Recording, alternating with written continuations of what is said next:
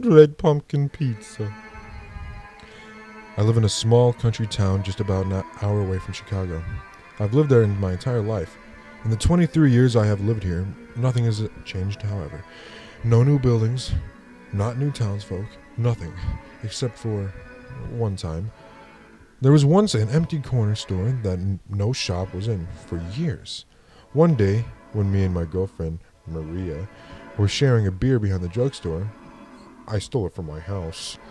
When we saw that there was a moving truck in front. After we finished and hid the beer bottle, we went to go see what was happening. Turns out, there was a pizza shop being set up. I was excited to see there was going to be something new in town. Finally! Something new for everyone! You have to understand that when I was a kid, I thought my hometown was as exciting as paper. So when this new pizza joint was announced, I was as happy as a kid in a candy shop. There's just one little problem. I'm not a fan of pizza. Yeah, I know, that probably means I'm a hellspawn or something, but I'm sorry. It's not my thing. However, my girlfriend loves pizza more than life itself, so naturally, I knew we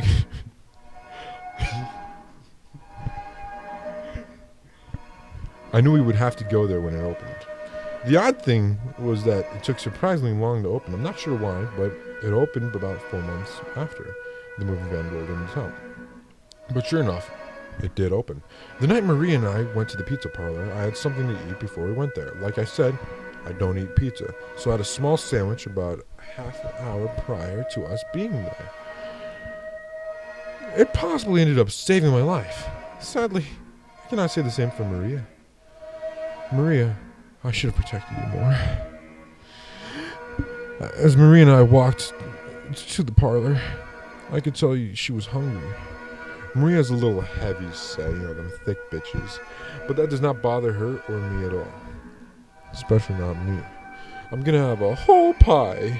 Jesus, I'm starving, Maria exclaimed. An entire pie? I asked. Don't eat too much or you might get sick, I said to her as I moved my arm around her. Maria laughed, her flaming red hair leaning against my neck. Don't worry, hon, I'll be okay, Maria said. We arrived at the parlor. The sign read, Bar Red Pumpkin Pizza. And they were open. Oddly, though, nobody was inside. We walked in to see there were 4 booths.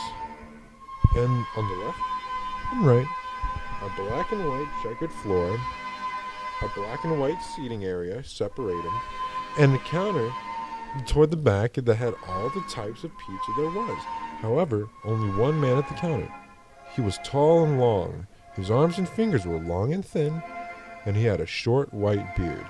He had a smug grin of confidence on his face. Come in, friends. Welcome to Red Pumpkin Pizza. Maria walked up to him while I got a seat in a booth. What can I get you, Firefly? The old man said with a smile, showing his yellow teeth. His breath smelled awful. He must have been a smoker. Maria looked over the menu, thought for a minute, and said, I'll have a small pepperoni pizza, please. The man looked puzzled. Small? That ain't gonna be enough for the 2 of you, he said. Oh no, it's just for me. He doesn't eat pizza.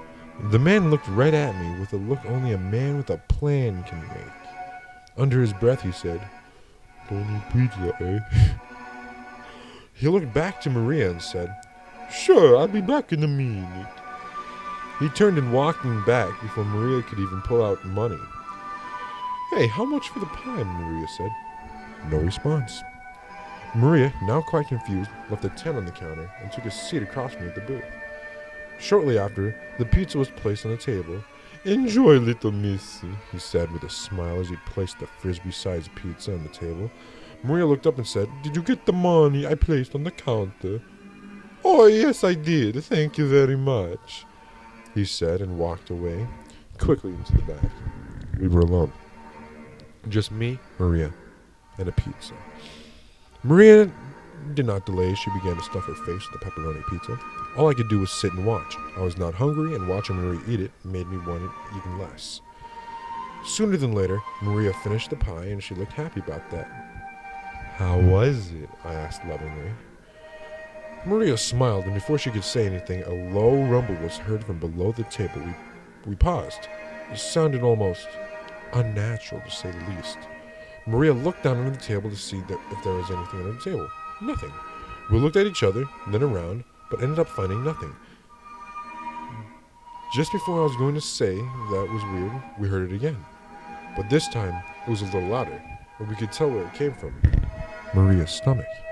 Maria looked down at her fat fucking stomach and placed her hand on it.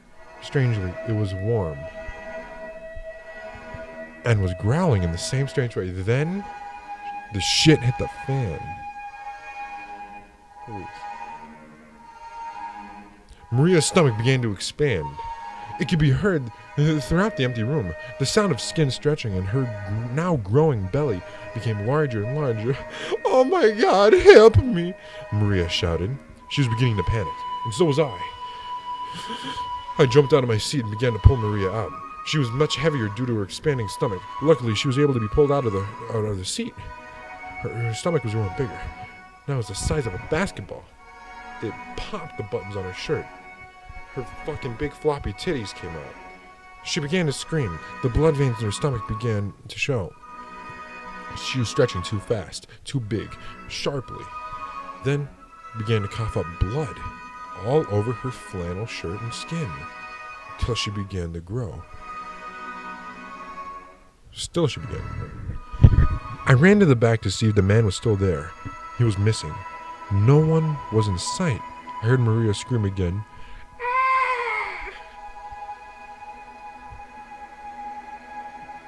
So I had to rush to her house.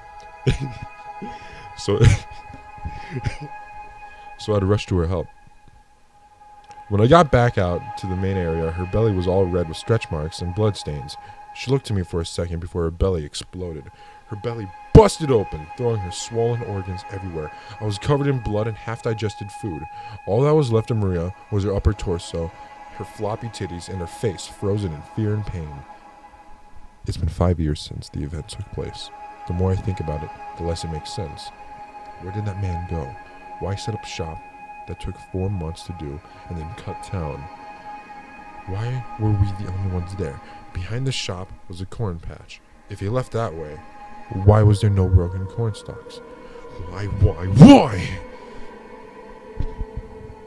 I was never blamed for Maria's death, not by the police or her parents, and the autopsy confirmed that there was a growing herb inside Maria's stomach that caused her to swell. That event has played in my nightmares over and over again for the years. Sometimes from Maria's view, sometimes from my view, but slower, forcing me to see her belly rip open, her floppy titties coming out, and her fucking guts flying everywhere. I hate pizza. Arancini.